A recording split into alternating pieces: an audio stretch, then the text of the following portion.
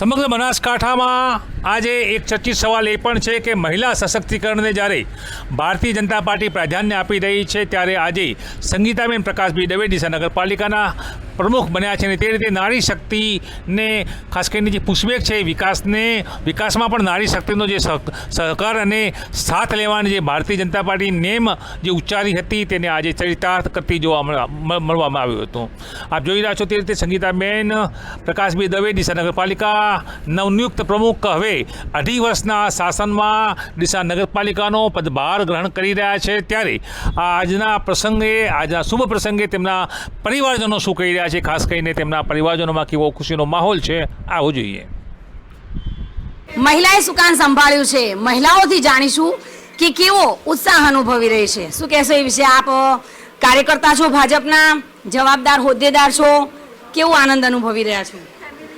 હું આજે ખુશીની વાત છે કે અમારા શીર્ષ નેતૃત્વ માનનીય ભાઈ નરેન્દ્રભાઈની સરકાર, હાલ હજી બીજેપીની સરકાર છે, ભૂપેન્દ્રભાઈ CR પાટીલ છે, CR પાટીલ સર, એમણે જે નેતૃત્વ નક્કી કર્યું છે તો અમે એમની સાથે છીએ, એમની વિચારસરણી સાથે।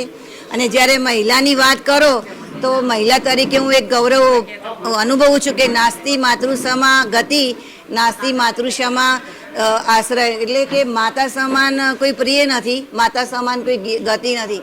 અને દુર્ગા સપ્તસતીમાં પણ કહ્યું છે, માતાજી એવું કહે છે કે જગતની જેટલી સ્ત્રીઓ છે ને એ મારી જ મૂર્તિઓ છે। એટલે જ્યારે સ્ત્રી આગળ આવે તો એ દરેક સ્ત્રી માટે મારી ગૌરવની વાત છે। પણ હું બેનને પણ એ કહું છું કે તમે આજે જ્યારે કાર્યભાર સંભાળી રહ્યા છો ત્યારે એક એવું નહીં કે હું સ્ત્રી તરીકે પણ એક સબળ થઈ અને નેતૃત્વ દુર્ગા થઈ અને શસ્ત્ર અને શાસ્ત્ર એ બંને સાથે રાખી અને સુકાન સંભાળવાનું છે। કારણ કે વૈદિક કાળથી અત્યાર સુધી જોઈએ ને ત્યારે સ્ત્રીઓનું બહુ જ મહત્ત્વ હોય છે। આપણા હિન્દુસ્તાનમાં સનાતન સંસ્કૃતિમાં સ્ત્રીને દુર્ગા કહી છે। તમે કોઈ બી માતાજીના હાથમાં જોશો તો એના શસ્ત્ર પણ હશે ને શાસ્ત્ર પણ હશે। એટલે દુર્ગા એટલે કોઈને મારવાની વાત નથી, પણ સશક્ત બની અને પડકારો ઘણા જ આવશે, બરાબર। એટલે જ્યારે આપણે એક કાર્યકર તરીકે જ્યારે પાર્ટી આપણને સારી જવાબદારી આપે છે તો એ આપણે એક મહિલા તરીકે મને પણ ગૌરવ થવું જોઈએ એવો સરસ કાર્યભાર તમારે કરવાનો, એવી હું બેનને એક રિક્વેસ્ટ કરું છું કે તમે સ્ત્રી તરીકે નહીં પણ એક ભારતીય જનતા પાર્ટીના એક મોભાદાર કાર્યકર્તા તરીકે તમે સારી રીતે વહીવટ કરો, એ ખૂબ ખૂબ ખૂબ શુભકામનાઓ એને પાઠવું છું। જી। સમગ્ર પરિવાર અને સમગ્ર પરિવારની નારીઓ અહીંયા ઉપસ્થિત બેનને શુભેચ્છાઓ પાઠવી છે અને ખૂબ જ આનંદ અનુભવી રહી છે। તમે પણ અહીંયા આવ્યા છો, હાજર થયા છો, એમની સાથે રહ્યા છો અને તેમના હાથ મજબૂત કરી રહ્યા છો, કેવું અનુભવી રહ્યા છો જ્યારે તમારા પરિવારનું એક સદસ્ય આ જગ્યા ઉપર બેસી રહ્યું છે? આજે અમને બહુ ખુશી થઈ રહી છે કે આજે ડીસામાં અમારી દેરાણીને આજ ઘરની સભ્ય છે, એટલે આજ અમને બહુ ખુશી છે। અને અમે ડીસા નગરપાલિકાને બધું સ્વસ્થ અને સુંદર બનાવીશું અને બધાનો સાથ સહકાર લઈશું અને બધાને ધન્યવાદ। શું કહેશો એ વિશે આપ?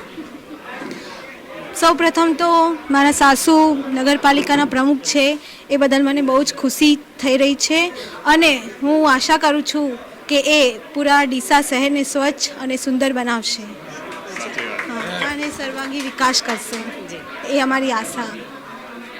બા, આપની પુત્ર વધુ આજે સુકાન સંભાળી રહી છે, નગરપાલિકાના પ્રમુખ બન્યા છે, આપ કેવું અનુભવી રહ્યા છો?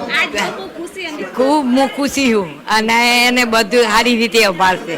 નારી શક્તિમાં માં શક્તિનું સ્વરૂપ હોય છે, નારીમાં માં દુર્ગા, માં શક્તિ, માં સરસ્વતી, લક્ષ્મીનો વાસ હોય છે। સમગ્ર નારીઓ એકત્રિત થઈને સંગીતાબેનને અહીંયા વધાવી રહી હતી અને તેઓનું સન્માન કરી રહી હતી, તેઓના હાથ મજબૂત કરી રહી હતી। Reena Parmar, today news, Banaskantha.